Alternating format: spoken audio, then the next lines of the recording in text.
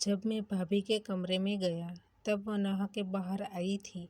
मैंने दृश्य देखकर वापस जाना उचित समझा, लेकिन भाभी ने मुझे रोका और आने का कारण पूछा। मैंने कहा, भाभी, कल पिक्चर देखने जाना है, इसलिए मैं आपको कहने आया था, लेकिन मैं बाद में आऊँगा। ठीक है। फिर मैं वहाँ से वापस चला गया। कमरे से बाहर जाने के बाद मुझे याद आया कि हमको खाना भी बाहर ही खाकर आना है। वह बात कहने के लिए मैं वापस कमरे में गया।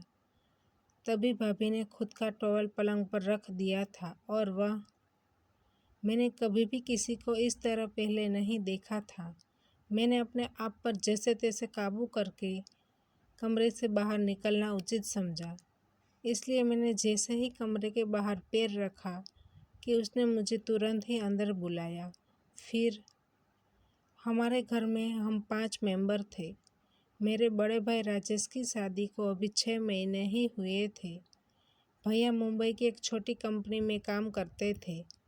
मेरी भाभी मेरे भाई को काफ़ी प्यार करती थी।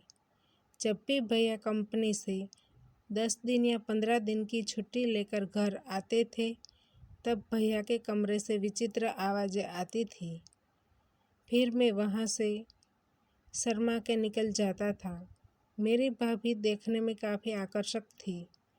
एक दिन भैया जॉब पर थे, तभी उनकी कंपनी से कॉल आया कि कंपनी में आग लगने से मेरे भैया की मौत हो गई थी। यह बात सुनकर मैं काफ़ी डर गया और पापा के हाथ से फ़ोन गिर गया। भाभी और माँ तो बेहोशी हो गई। उनको तत्काल अस्पताल पहुँचाया गया। माँ होश में आ गई थी, लेकिन भाभी को 3 दिन लगे होश में आने को। उस टाइम हम भाभी के दुखों को दूर करने की काफ़ी कोशिश करते थे। मेरी भाभी भैया के मौत के बाद बिल्कुल अकेले रहने लगी थी। उनकी खामोशी ने मुझे अंदर से हिला दिया था। जब भी मैं कॉलेज से घर आता था, तब मैं सबसे पहले खाना लेकर अपनी भाभी के कमरे में जाता था, क्योंकि वह मेरे भैया के जाने के बाद कभी भी टाइम से खाना नहीं खाती थी। मैं उनको अपने पास बिठाकर खिलाता था। तभी मेरी भाभी की आंखों में थोड़ी आशा का किरण महसूस करता था, इसलिए मुझे भी रात को अच्छे से नींद आती थी। धीरे धीरे मैं भाभी की ज़िंदगी को खुशियों से भर देना चाहता था और वह काम में मैं सफल भी होने लगा था। एक दिन सुबह होते ही मैं भाभी के लिए चाय लेकर उनके कमरे में गया। तभी भाभी नहाकर बाथरूम से बाहर आ रही थी। उसने सिर्फ टॉवेल लपेटा हुआ था। उनके सामने देखा तो वह एक परी की तरह लग रही थी। उनकी आकर्षिता को मैं देखना चाहता था, क्योंकि वह मेरी भाभी थी। मैंने कहा, भाभी, आप कपड़े चेंज कर लीजिए, मैं आपकी चाय यहाँ रखता हूँ, बाद में आप ले लेना। और हाँ, आज दोपहर को हमको पिक्चर देखने के लिए जाना है। इतना कहकर मैं वहाँ से निकल गया। फिर अचानक मुझे एक बात याद आई। मैं कहने के लिए वापस अंदर गया तो भाभी ने अपना टॉवेल बेड पर रख दिया था। मैंने उनको देखा। मैं अपने आप पर काबू करके खड़ा रह गया।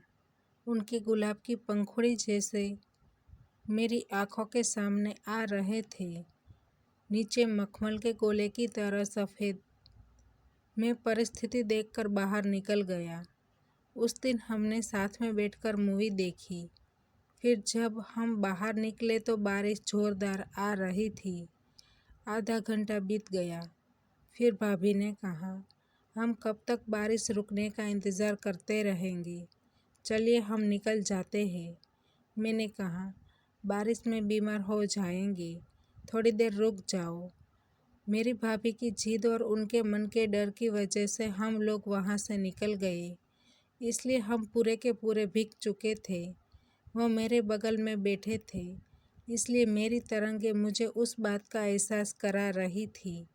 हम लोग घर गए तब मोहल्ले में काफ़ी पानी भरा हुआ था। जैसे तैसे हम घर पहुंच गए। मम्मी काफ़ी परेशान हो रही थी।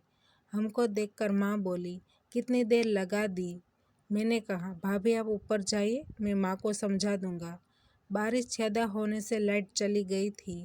भाभी कमरे में अकेले बैठी थी। मैं अपने कमरे में मोबाइल की लाइट चालू करके कपड़े चेंज करके बैठा था। थोड़ी देर में मेरे कमरे के दरवाजे पर भाभी आकर खड़ी रह गई।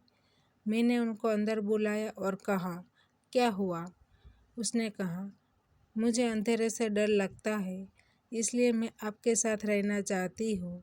मैंने कहा, ठीक है, मैं सोफे पर सो जाता हूँ, आप पलंग पर सो जाइए। भाभी बोली, नहीं, आज तुमको मेरे साथ सोना पड़ेगा। मैंने कहा, क्या हुआ भाभी? उसने कहा, मुझे अंधेरे से काफ़ी डर लगता है। उस रात हम साथ में सोए। फिर भाभी बोली, तुमने मेरी काफ़ी मदद की है, इसके लिए धन्यवाद। तुम्हारे भैया के देहांत के बाद तुमने मेरे माँ बाप से भी ज़्यादा प्यार दिया है। मुझे वह सब कुछ याद है। जब तुम कॉलेज से वापस घर आता था, तब सबसे पहले तुम मेरे कमरे में आकर मुझे खाना खिलाता था। तुमने मेरी सेवा में कोई कमी नहीं रखी है। यह सुनकर मेरी आंखों में आंसू आ गए। फिर उसने कहा, आज से मैं तुम्हारी सेवा करूँगी और तुम आज से मुझे भाभी मत बुलाना, सिर्फ सरिता कहना। और तुमको बुरा ना लगे तो मैं एक बात बोलूँ? मैंने कहा, हाँ बोलिए भाभी। उसने कहा, मैं तुम्हारे साथ शादी करना चाहती हूँ। थोड़ी देर तो उनकी यह बात सुनकर मेरे पैरों तले से ज़मीन खिसक गई, लेकिन समय ने मुझे बांध लिया था, इसलिए उस टाइम मेरे दिमाग में कुछ भी नहीं आया। लेकिन उनकी अनुभूति के स्पर्श से मैं काफ़ी भीग गया था। मैं उनकी ओर खींचा जा रहा था। उनके 2 गहने मुझे टच हो रहे थे। उनकी चिड़िया बाहर निकालकर मुझे बादलों में खेलने के लिए बुला रही थी। उनका मक्खन की तरह कोमल रहे थे। वह मुझे खुद के साथ स्वर्ग का मिलन करवाने के लिए उत्सुक थे। मैंने भी उनकी बातों को मान देकर हाँ कह दिया। अब मैं उनके गहने को देखने लगा था और वह भी मुझे सपोर्ट करने लगे थे। मेरे दिल की धड़कन को शांत करने के लिए उसने उस टाइम मुझे स्वर्ग की अनुभूति कराई। पूरे 5 घंटे बिना लाइट के बारिश में हमने क्रिकेट खेला। सुबह होते ही वह तुरंत ही अपने कमरे में चली गई। मैंने ये सारी बात घर में अपने मम्मी पापा को बताई। मम्मी पापा ने 2 महीने के बाद हमारी शादी करवा दी। अब मैं सरिता के साथ खुश था और सरिता मेरे साथ, और खुशी से हमने नया जीवन जीने की शुरुआत की। दोस्तों, हमारी कहानी यहीं पर समाप्त होती है। तो दोस्तों, आपको कहानी पसंद आई है तो वीडियो को लाइक करें और शेयर करें, और चैनल पर नए हैं तो चैनल को सब्सक्राइब करें, और हाँ, नोटिफिकेशन बेल को ज़रूर दबाएं ताकि आने वाली अगली अपडेट आपको सबसे पहले मिल सके। धन्यवाद।